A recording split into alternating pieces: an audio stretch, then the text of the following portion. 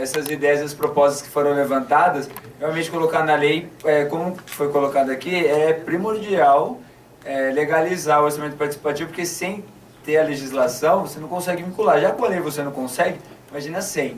Então, o nosso trabalho que agora a gente vai fazer, todos nós juntos, que vamos começar, né, já vamos ter essa iniciativa, e vamos trocando ideia no e-mail, a gente vai tentar fazer uma norma legal para tentar amarrar tudo. Bom? Obrigada. Boa noite, eu sou Emília Bukowski, sou presidente da APS de Campinas e docente na Unidade. O que vem acontecendo, coisa que a gente tem notado, inclusive na universidade, desde que houveram aquelas manifestações todos os espaços onde a gente coloca temas que são voltados a ações diretas à população, tem se mostrado cheio de audiência. E a audiência sempre reclamando que a mesa fala mais que eles. Eu acho que há uma demanda contínua num período que ninguém queria, desistiu e aparentemente todo mundo acordou agora e está querendo de novo participar e tentar fazer acontecer a diferença da diferença. Eu acho que pôr o microfone mais perto.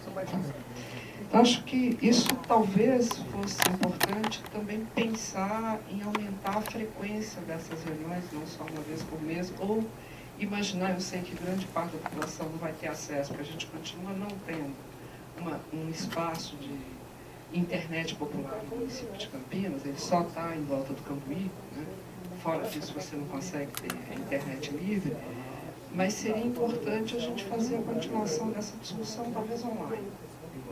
Com isso, e se preparar para a reunião do tema do mês seguinte, também online. Então, muito da demanda contida que surge quando você começa a discutir, talvez ela venha um pouco melhor estruturada. A outra questão que eu queria lembrar é que, pelo menos durante 6 a 7 meses aqui em Campinas, a gente teve uma coisa muito interessante com o orçamento participativo quando ele foi lançado.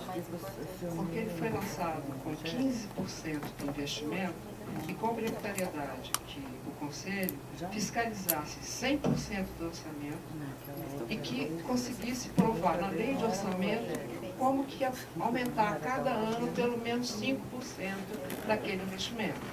Então, durante 6 meses, até o assassinato do Toninho, essa era a perspectiva.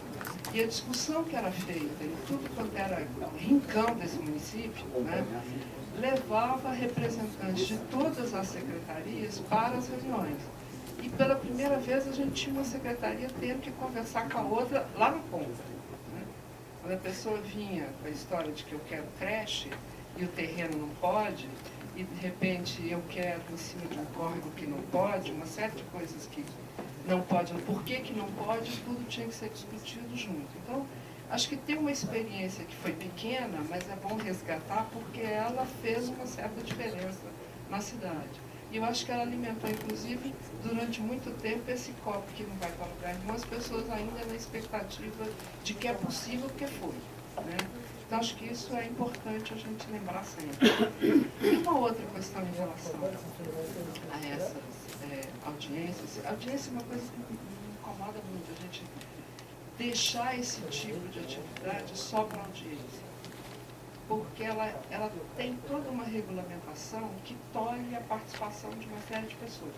Quem está acostumado, aí acaba os 3 minutos, os 2 eu falo, eu não tenho réplica, eu vou esperar 1 mês, 3 meses.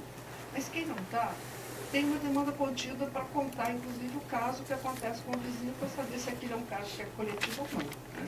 Então, acho que a gente podia também pensar em pessoas como oficinas participativas onde há problemas livres, para poder, inclusive, fazer um diagnóstico de fato horizontalidade participativa com a população.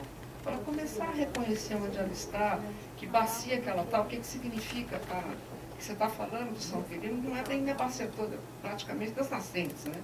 Então, aonde é que está na bacia, o que isso significa? Né? E o que significa para a cidade como um todo? Acho que, e essas divisões geográficas, no AP fica pior ainda, porque a saúde tem uma divisão que não é a da habitação, que não é a do planejamento. A gente fala da macrozona.